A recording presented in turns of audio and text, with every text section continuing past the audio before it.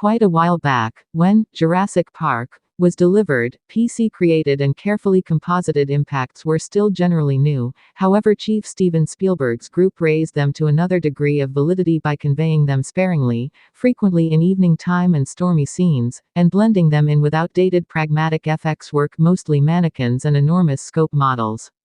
The outcome summoned basic miracle and dread in the personalities of watchers. The T-Rex assault specifically was so splendidly built and unrelentingly startling that it put this essayist sideways in his seat, one arm brought up before his face as though to shield against a dinosaur assault. At the point when there was a break in the commotion, Spielberg sliced to an extremely calm scene, allowing everybody to hear the number of individuals in the crowd that had been shouting in dismay, which obviously prompted rambunctious giggling and an arrival of pressure, an idiot-proof entertainer's stunt. A little kid sitting close to this essayist respected his still dread-distorted body and inquired, "Sir, would you say you are good? There's nothing in Jurassic World, Dominion, that comes near that first, Jurassic Park, T-Rex assault, or some other scene in it. Or on the other hand, so far as that is concerned, any of the scenes in the Spielberg coordinated continuation, The Lost World, which made the best of an unavoidable money snatch situation by regarding the film as a reason to arrange a progression of stunning enormous scope activity groupings, and giving Jeff Goldblum's confusion scholar Dr. Ian Malcolm the activity legend work. Goldblum, who repeats his job in Domain, close by individual unique cast individuals Sam Neill and Laura Dern, turned his Lost World execution into a wry yet cantankerous meta-discourse on corporate free enterprise. Besides, there's nothing in this new film as great as the most amazing aspects of Jurassic Park the Third, Jurassic World, and Jurassic World, Fallen Kingdom, the last option, which experienced consistent losses disorder, yet still figured out how to arrange a crackerjack activity scene or dino assault to a great extent. J.A. Bayonna's hodgepodge, Fallen Kingdom, which gives exacting as well as allegorical DNA to the plot of Domain, had the most amazing turns since the first, conjuring Spielbergian pictures of Marvel. Consider that melancholy shot of the brachiosaur abandoned on the dock and blending gothic awfulness and scary place film components into its last part.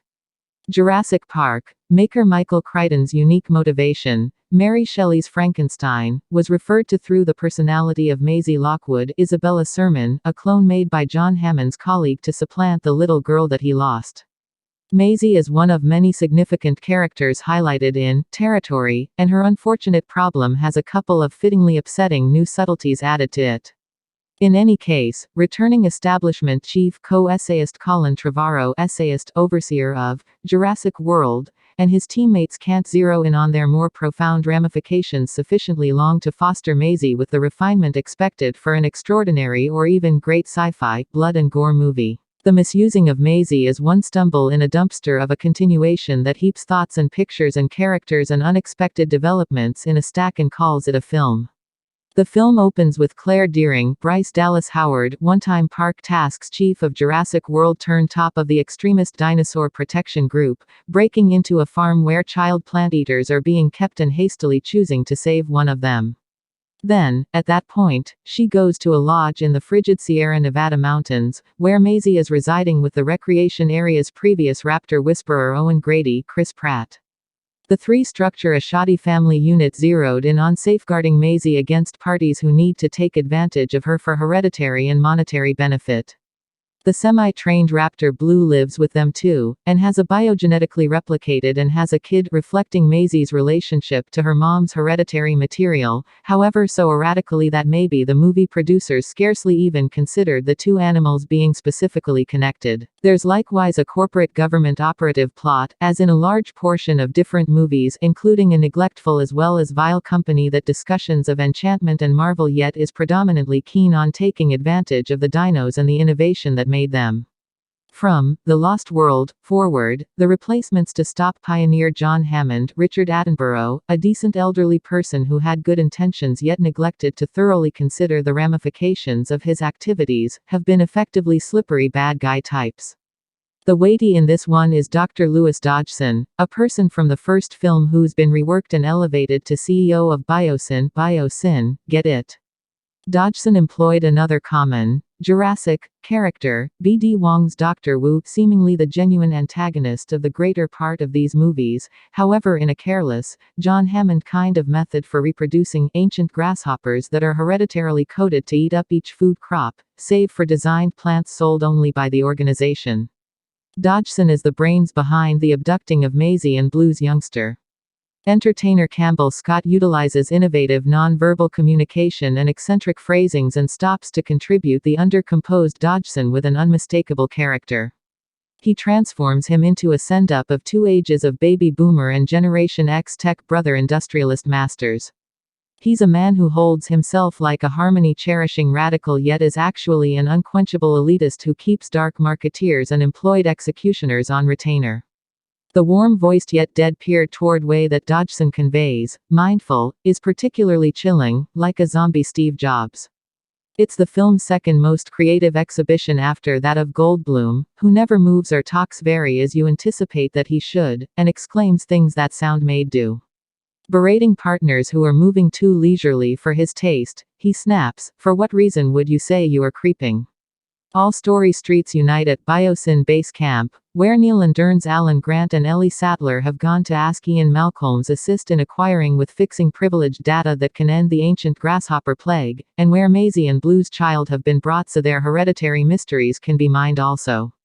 Two new characters, a Han Solo-ish hired fighter pilot Kayla Watts DeWanda Wise, who says she would rather not engage in the legend's concerns and afterward does, and Dodgson's baffled helper Ramsey Cole Mamadou Athey, join the interest, and probably are being presented as new age nonentities who can assume control over the establishment in its next manifestation, anything that ends up being. Regardless of whether the whole film had zeroed in on Biosyn Base Camp, the film actually could have appeared to be overstuffed and under-envisioned. Yet, Trevorrow transforms the film into a worldwide travelogue with activity set in every kind of territory, each grouping feeling narratively cut off from the others in the way of an unsatisfactory government operative flick. There's even a housetop pursuit demonstrated on one in The Bourne Supremacy, however with a raptor. A long grouping in Malta, where Claire and Owen have gone to save Maisie from ruffians, exemplifies the film's disappointments. There are a ton of promising ideas in it, including a dinosaur-centered underground market like something out of a Star Wars or Indiana Jones film where lawbreakers go to purchase, sell, and eat illegal and jeopardized species. However, it's scattered by a languid propensity of comic book Orientalism and an appearing powerlessness to try and see, significantly less gain by, material that is wealthy and funny as well as emotional potential. Michael Giacchino's score pours on vile Arabic African, fascinating, banalities, as though setting up a evaluated jail spine chiller in which Owen does a 12 p.m. express stretch in a Turkish jail for weed ownership.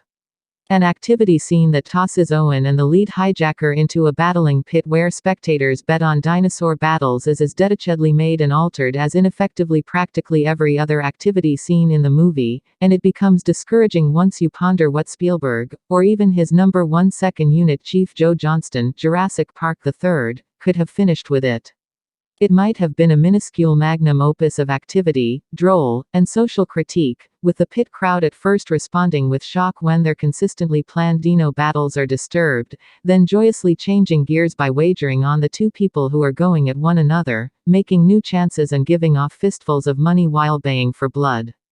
Trevorrow takes a gander at this arrangement and sees only a legend battling a colleague in a pit. There's no scene in the film that is clumsy or altogether useless.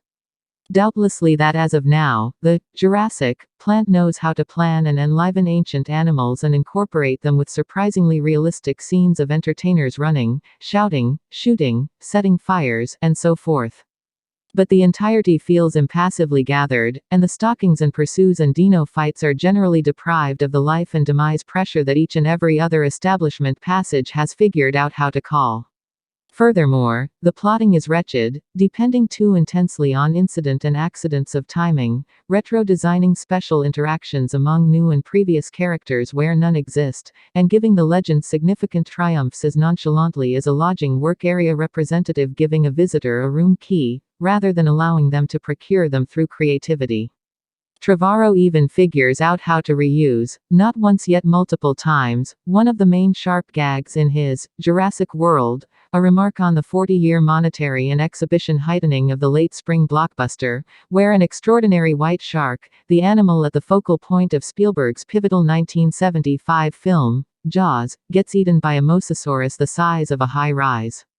Each time Trevorrow follows through with something like this, it seems like a considerably more frantic endeavor to help us to remember how much fun we might have had during Jurassic World, was incredible of a film to begin with, and that was feasting out on warm social extras in any event, during its best minutes.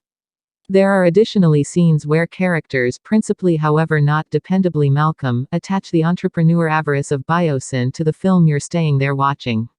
Yet, these don't have the mind and fun-loving nature that fueled comparable material in The Lost World. They simply appear to be soured with self-hatred and consciousness of how empty the entire presentation is.